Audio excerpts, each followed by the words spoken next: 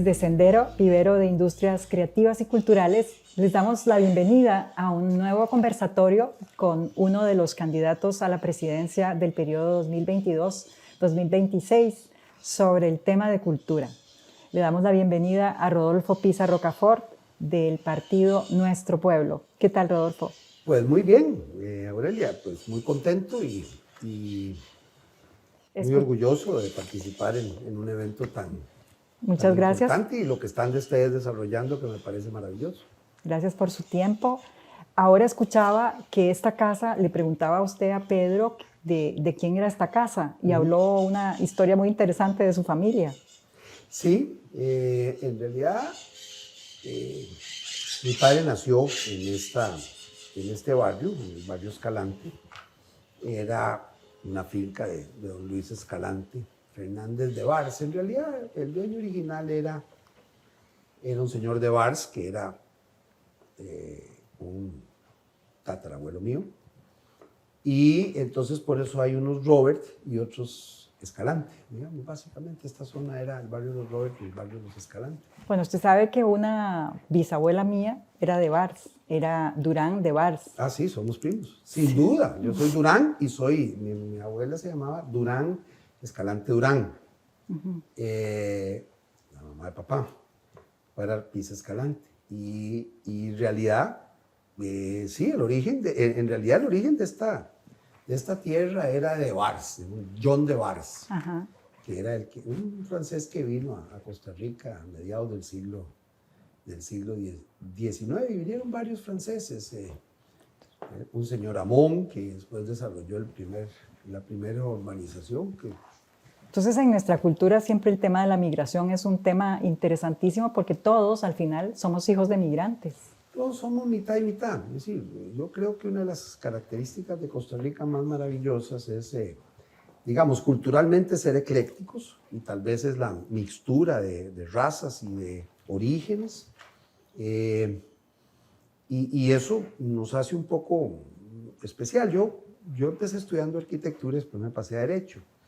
Y yo cuando estaba jovencillo, yo pues rechazaba de alguna manera el eclecticismo costarricense.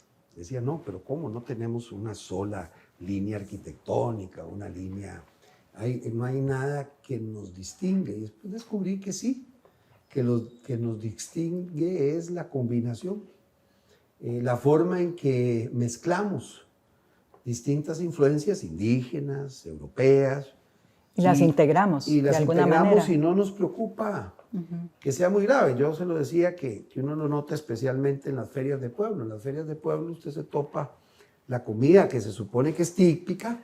Usted se topa un chop suey, se topa una pizza, se topa una manzana escarchada, se topa un vigorón, se topa unas pupusas, se topa arroz con pollo, rice and beans, y arroz con frijoles o gallo pinto. Y nosotros lo vemos natural, lo vemos como que todo eso forma parte de nuestra cultura. Y ese eclecticismo, más bien, me parece que es una de las partes maravillosas de la cultura costarricense. Y en lugar de pelearnos contra él, deberíamos... Es una fortaleza. Sacarle el jugo a esa forma de mezclar los ingredientes en la comida y en la vida y en la cultura. Yo le contaba antes que en los años 80 a mí se me ocurrió que quería hacer, con dos amigos, un discoteatro en el Teatro Variedades. Yo venía llegando de España, de Europa, y entonces era una cosa de que se hacía teatro hasta las 10 de la noche y después el escenario se convertía en un salón de discoteca. Y se vendía guaro y todo. En ese momento me di cuenta que el país no daba pie para ese tipo de mezclas, porque ¿cómo va a ser que van a vender guaro en una actividad cultural? ¿Y cómo va a ser que la actividad cultural se vaya a mezclar con el guaro? Y yo creo que parte del problema es ese, de no entender que nosotros somos una mezcla maravillosa. Y yo creo que se hubiera potenciado mucho el teatro y se hubiera potenciado también la actividad del que quería desarrollar. Yo no tenía dinero, entonces era más bien, son ideas creativas para alguien que lo que le interesa, a mí lo que me interesaba era saber qué se podía hacer. Rodolfo, entonces hay una vena artístico-cultural en usted que yo veo que se está manifestando por la literatura ahora. Sí, más que todo, porque por ejemplo mamá que estudió teatro, ella estudió teatro en la Universidad de Costa Rica, más o menos las mismas fechas que yo, estudiaba ya primero arquitectura y después derecho, pero más que todo por el amor al teatro, no como artista, sino más bien como lectora. Y entonces era una gran lectora y bueno, amiga. Mi padre también era muy culto, la verdad, sinceramente. Él de niño tenía, de jovencillo, yo me acuerdo revisando todos los papeles, había formado una asociación de amantes de la música clásica en la época de la universidad. Entonces, ¿Y qué considera usted la importancia de democratizar el acceso a la cultura para todas las personas? Porque al final usted estoy segura, es un convencido del beneficio que nos aporta tanto ser público o practicante. sí, yo no tengo duda, no tengo duda. Yo quisiera que digamos, los beneficios que hemos tenido, los que tuvimos la suerte de vivir en otras sociedades y de tener contacto con la cultura clásica y más contemporánea y más moderna y más incluso costumbrista, deberían ser para toda la población. Es decir, una sociedad no puede ser próspera ni libre si no tiene un asidero cultural profundo. Yo creo que una tarea también del gobierno es impulsar. ¿Y por qué será que gobierno tras gobierno la cultura es vista como la última prioridad? Porque yo creo que se pierde algo que en el origen histórico, digamos, en las culturas, incluso prehistóricas, pero ya desde que nació la historia, le daban mucho peso a la cultura. Y después con los años la modernidad fueron digamos, minimizándola, porque no era práctica, entre comillas, porque no era la que resolvía el problema de la comedera o de la casa. Si uno vuelve a los orígenes, la vuelta a los orígenes es la mejor manera de renovarse. En los orígenes, si usted ve todas las culturas, usted coge las 50 culturas, en alguna época yo fui profesor de historia, del derecho, incluso historia para estudiantes de arquitectura.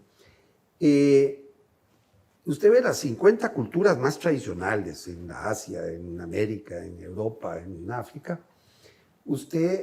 Una de las cosas que se percata es que todas tenían un peso muy decisivo en la cultura.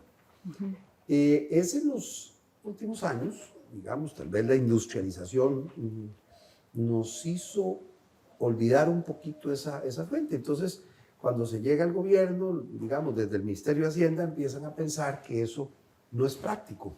Y sí es muy práctico. Una sociedad no prospera si no hay... Y se ha demostrado la incidencia en el descenso de la criminalidad, por ejemplo, ¿verdad? De las prácticas culturales y de otros ámbitos donde se influye en el desarrollo de una sociedad.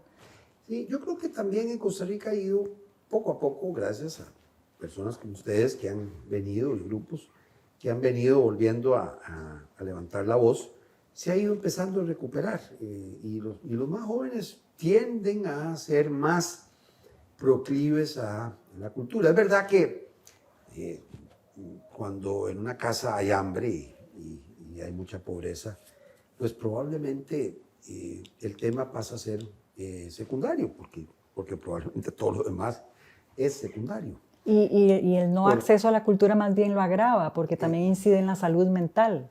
Así es, pero yo creo que si uno va a las fuentes, incluso en sociedades, como decía, mucho más pobres que la nuestra, usted ve que el elemento cultural juega y no puede ser que todas estuvieran equivocadas, no puede ser que 50 culturas que no habían tenido contacto unas con otras hasta que, bueno, digamos que el occidentalismo las unió, ya digamos, eso fue hace 500 años más o menos, con el descubrimiento de América y la colonización de África y el contacto entre Asia y Europa, tardó muchos años en que no hubiera ese contacto. La verdad, había un contacto muy esporádico, muy excepcional. Bueno, pero todas tenían ese elemento cultural muy definido. Entonces no pueden estar todas equivocadas. probablemente somos nosotros en los últimos años los que hemos equivocado el rumbo. No, yo creo que la cultura debe ser promovida privada y públicamente. Debe haber alianzas público-privadas. Cuando le hablé lo del discoteatro, a mí me parecía que ahí uno debería buscar todas las alianzas para que se promueva el teatro y al mismo tiempo pues, se desarrolle económicamente para que las personas también, los artistas, sí, también se ganen la vida decorosamente. Y en un eventual gobierno suyo, ¿cuáles serían sus prioridades, las políticas culturales prioritarias? Mire, yo empezaría por una cosa que no se dice. Primero, garantizar la libertad de expresión. Yo no creo en la cultura oficial. Creo que la cultura debe ser desarrollada libremente. Lo digo porque en el estalinismo y en el nazismo se decidió tener cultura oficial y eso lo que significó fue un freno al desarrollo cultural. Entonces la primera condición, aunque parezca poco práctico, pero es esencial en esta época, garantizar que haya libertad de expresión y no censura. Y a veces incluso no censura de las cosas que nos disgustan. Porque digamos, uno a la hora, hay varios escritores que en los últimos años han pasado escribiendo en contra de una censura bien intencionada, que busca que no se promueva la violencia, pero entonces en ese afán puede ser que prohíban a Shakespeare. Porque, sí, los extremismos siempre son malos. En Shakespeare hay mucha parte de violencia, o algunas obras clásicas nuestras, costarricenses, que tal vez no representan hoy, digamos, nuestros parámetros culturales. Pero entonces ese es el primer elemento. No, el segundo elemento me parece a mí que es cómo expandir la cultura a todo el país. Yo en la campaña pasada había dicho que en toda población de más de 15,000 habitantes debería haber un teatro multicultural, o sea, un teatro multifuncional, de manera que tuviera acceso todas las poblaciones, incluso las poblaciones más pobres, a su propio desarrollo cultural. Y yo creo que ahí hay un elemento esencial. Por supuesto que tienen que ser teatros multifuncionales y no tener las formas de encerrar. El otro día cuando fui a lo de un homenaje que le hacían a Dionisio Cabal, un gran amigo, en Alajuela me doy cuenta que en el museo Juan Santamaría mucha gente no podía hacer presentaciones porque le exigen unos requisitos que entonces en la práctica el teatro quedó cerrado para un grupo. Entonces no está tocando sí, temas muy interesantes. Uno es el financiamiento de las actividades culturales, otro es la descentralización de las actividades culturales. Así es. Ajá. ¿Y cómo financiaría, cómo le daría ese impulso para preservar que también tenga un financiamiento justo y acorde con la importancia? Habría que ver cuánto hay apoyo de la comunidad, cuánto apoyo del Estado, cuánto apoyo de la municipalidad. Es decir, ahí hay que empujar un poquito la cosa. Eso no nace, aunque pudiera nacer por generación espontánea, tardaría muchos años. Es mejor que ahí el Estado tiene un papel fundamental de apoyo también económico. Pero al desarrollo cultural sin poner cultura oficial. Porque uno de los peligros es que el Estado, cuando empieza a financiar una actividad cultural, pretenda poner su punto de vista de lo que debe ser la cultura, de lo que es bueno y de lo que es malo. Sí, pero eso ya no sería democratización de la cultura. Así es, así es. La idea es que nazca de afuera y el Estado sirva de apoyo y de soporte. Me parece que nosotros tenemos mucho que hacer todavía en el cine. El cine costarricense tiene todavía un subdesarrollo, a pesar de la creatividad y la capacidad de nuestros cineastas, jóvenes y adultos. Bueno, están teniendo unos resultados maravillosos a nivel internacional. Están teniendo resultados, pero digamos que podríamos tener mucho más por la creatividad, porque el cine tiene un costo, y el cine es casi una ciencia que une todas las... Uno puede visualizar, artes. Sí, todas las artes. Uno puede visualizar el desarrollo económico de un país por el desarrollo del cine, porque hay que planificar muy bien los tiempos y movimientos. Entonces ahí entran los ingenieros industriales. Digamos que el escritor tiene que pensar cuándo viene el close-up, cuándo está el horizonte, cómo entran los actores. Es decir, es un teatro muy desarrollado tecnológicamente y además con mucho desarrollo. Entonces el cine sí permite ser un catalizador de las distintas expresiones culturales, la música, el teatro. O sea, bueno, es una expresión más, tal vez más obvia de lo colectivo que implica un hecho cultural, porque la maravilla de la práctica artística y cultural es que es una enseñanza de lo colectivo, ¿verdad? De la sinergia que hay entre diferentes individualidades para lograr un producto, tanto el teatro como una exposición artística, como el cine, desde luego, hasta un libro, ¿verdad? Sí, así es. No, yo estoy de acuerdo. Y a veces se ha perdido un poquito en el apoyo a los escritores, digamos. Hablemos de eso un poco, de la precarización del sector cultural, que especialmente se vio agravada con la pandemia. Sí. O sea, cómo apoyar esa falencia que ha venido sucediendo. Bueno, no es nueva, pero eso también es como un resultado del descuido y de la subestimación de la cultura en los diferentes gobiernos. Sí, es muy probable que, bueno, la pandemia sí es cierto que golpeó a toda la sociedad. Es decir, en eso, claro que golpeó más a unos sectores que a otros, pero digamos que se calcula en 70 millones lo que se dejó de percibir en el Ministerio de Cultura porque se cerraron teatros, ¿verdad? Sí. Digamos que la pandemia fue un impacto. Yo recientemente publiqué un libro en Washington que se llama La democracia en las Américas, un libro grande, de 750 páginas. Y sí, si uno analiza las distintas áreas de la vida democrática, obviamente la pandemia tiene un apéndice que es pequeño sobre la pandemia y democracia, pero digamos que efectivamente la pandemia fue un terremoto para todas las actividades humanas. Muy pocas salieron avante, digamos algún sector de la agricultura, porque la gente tenía que seguir comiendo. Obviamente algunas industrias productoras, digamos aquí, zonas francas, pero en general fue devastador. Fue devastador en el empleo, fue devastador en la cultura, fue devastador. Digamos, lo que tenemos que pensar es cómo pasamos ese bache, qué hemos aprendido de eso, porque ya el pasado no lo podemos recuperar, pero qué podemos hacer a partir de ahora para volver a empujar la cultura ya cuando salgamos de esta etapa, y en algún momento de este año saldremos.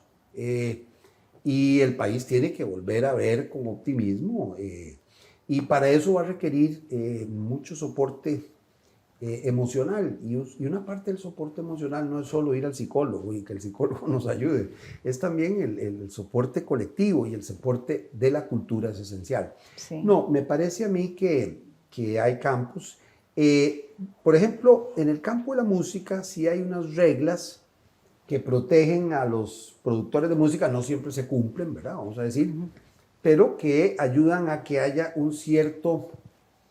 una cierta compensación, es decir, la música más exitosa de alguna manera subsidia un poco la música menos exitosa. Bueno, no está mal el concepto.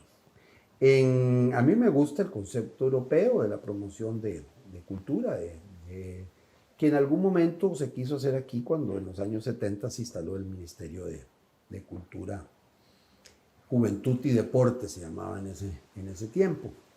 Y tuvieron dos ministros muy creativos, la verdad.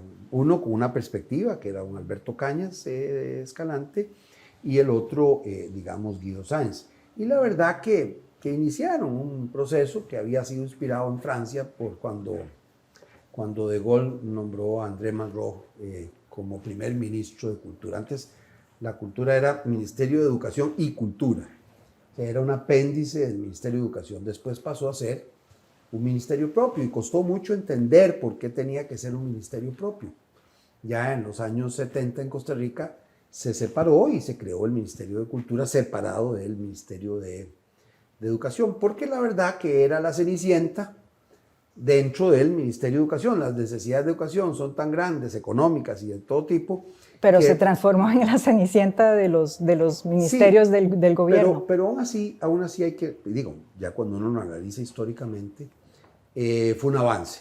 Fue un avance que tuviera su propia impronta, su propio presupuesto, que no dependiera del presupuesto del Ministerio de Educación. Por supuesto que se necesitan muchas cosas más. Habrá que hacerlas poco a poco. Yo no creo que podamos ser un país desarrollado como queremos serlo en lo económico y en lo social si no tenemos un gran desarrollo cultural. No conozco sociedad que haya prosperado económica y socialmente que no tenga un gran desarrollo cultural. Hay países que el sector privado tiene un peso muy decisivo, digamos, voy a decir, en Estados Unidos efectivamente fueron los filántropos privados los principales impulsores de la cultura. Al final también entró el Estado, pero digamos que tenían una tradición diferente. No, pero hay enseñanzas en cuanto a sinergias, ¿verdad?, entre lo privado y lo público. Así es. Don Rodolfo, sí, muchísimas gracias, se nos está acabando el tiempo y a todos nuestros invitados conversamos en primer lugar sobre su personaje admirado en la historia humana, ya sea vivo o fallecido. ¿Quién sería o quiénes serían? Bueno, voy a poner 4, por decir, yo sé que es muy excesivo. Yo admiro a Cicerón, no solo porque fue abogado, fue un gran gobernante, tiene una vida maravillosa, muy especial. Digamos que antes de eso tal vez Pericles, en la Grecia antigua, que por cierto tenía una mujer también muy empoderada, Aspasia, que había sido una especie de meretriz, ¿verdad? En sentido peyorativo. No, Cicerón me parece como escritor, como jurista, como, digamos, gobernante, digamos que resume bien como orador. Después diría que en el país, pero ya también hay una influencia personal de la admiración que yo le tengo a Juanito Mora. Mi tatarabuela era hermana de Juanito Mora, entonces es mi tío tatarabuelo. Entonces ahí hay una influencia familiar de... Yo tengo un reloj todavía que era de don Juanito, digamos que se lo dio a mi bisabuela. Después creo que en el ámbito político y como escritor también, incluso como pintor, no es que era un buen pintor, no es que era el mejor pintor, pero un buen pintor, que era Winston Churchill. Yo le tengo una gran admiración.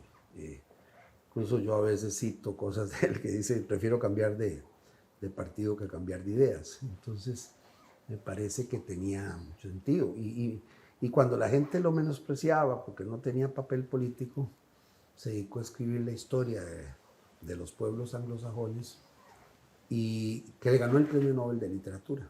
La gente cree que sí. Es el único político que le han dado Premio Nobel de Literatura, no de la paz. Sí. Después, obviamente, a mi padre. Mi padre yo creo que era una figura esencial en la vida de todos los seres humanos. El padre pesa mucho, la madre. Pero digamos, si tuviera que admirar, también incluyo a mi padre. Gracias por esa piedad filial que es muy ejemplar. No, tiene que haber un poquito de cada... Sí, y ahora el cuestionario rápido que hacemos es muy rápido. Un espectáculo teatral costarricense y respuestas así. Teatral costarricense. Ya, a mí me gustaban, digamos, me gustaban cuando presentaban las tragedias griegas, cuando se había el Festival de Cultura, que se hacía en enero de cada año. Pero digo, el teatro costarricense en los últimos años se ha enfocado mucho, para decirlo con toda claridad, en solo la comedia, y está bien, a mí me gusta mucho la comedia, pero me gusta también el teatro clásico. ¿Un escritor o escritora costarricense?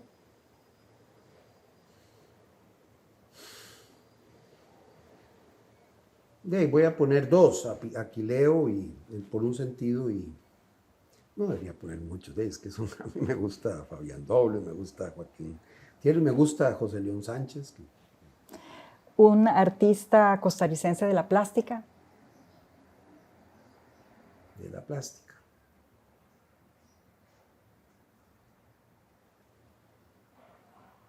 Digamos que estoy pensando, porque están los clásicos y los actuales. A mí me gusta Isidro Congon de los actuales. ¿Un cineasta o una cineasta costarricense? Bueno, yo creo que Hernán Jiménez está incursionando bien. No es que me encantó la película última, pero me parece que es una buena incursión. Y ya para finalizar, don Rodolfo nos trajo unos libros escritos por él, y yo no quiero dejar pasar eso. Bueno, no. Este es un libro de una novela corta y unos ensayos, y unos cuentos. Son 4. Escrito cuando estaba fuera de la vida política. Ahora tendré que volver a dedicar un tiempo a eso cuando el pueblo si me lo permita. Y este es otro libro de ensayos cortos. Tiene la ventaja de que por ser ensayos cortos son de los que uno puede tener en el baño y cuando está sentado puede leer uno rápidamente y se levanta y ya terminó, porque no están concatenados. Tienen de más o menos 16 áreas del quehacer humano. Hay muchos de derecho, de política internacional, hay unos de cultura, hay unos de educación, de economía, y entonces ahí es como variopinto. Este es el de ensayos. Este es el de ensayo. Y este es la novela. Esta es la novela corta y unos cuentos cortos. Bueno, pues, ya los cuentos normales, el tamaño normal de los cuentos. Pero qué buena noticia que esté incursionando en la literatura. Pues sí, yo fui Premio Nacional de Ensayo en los años 80, el Aquileo Echeverría, muchos años atrás, y tuve 2 premios literarios en los años 80. La política más bien es una actividad excepcional, digamos, de mi vida. Me encanta también, no niego la cruz de mi parroquia, pero no es el tema central. A veces hay algunas frases en uno de esos cuentos costumbristas, segundo, que de pronto tiré en algunos debates, digamos, hacerse la vaca muerta para comerse el sopilote vivo, todo el aguacate, si usted lo magulla, lo suaviza, pero no lo madura. Eso era porque había que poner en boca de los protagonistas, si era un pachucón o era un campesino, poner distintas expresiones. A mí no me gustan las frases que todo el mundo usa. Sí, se nota. A mí me gusta construir frases. Sí, con entonces mucha yo fibra. paso pensando, en lugar de decir, por ejemplo, ni presta, ni pica el hacha, prefiero decir ni sonríe, ni presta los dientes. Digo, porque le trato de ver cómo decirlo de una manera diferente. Claro. Y más propia de la cultura costarricense. Bueno, se nos fue el tiempo también volando. Muchísimas gracias. Hombre, encantado. Al finalizar las entrevistas sobre el tema de cultura con los candidatos, no dejamos de invitar al pueblo costarricense a asistir a las urnas este 6 de febrero a emitir su voto como una manifestación de nuestra libertad democrática y de esta fiesta que es poder ir a votar.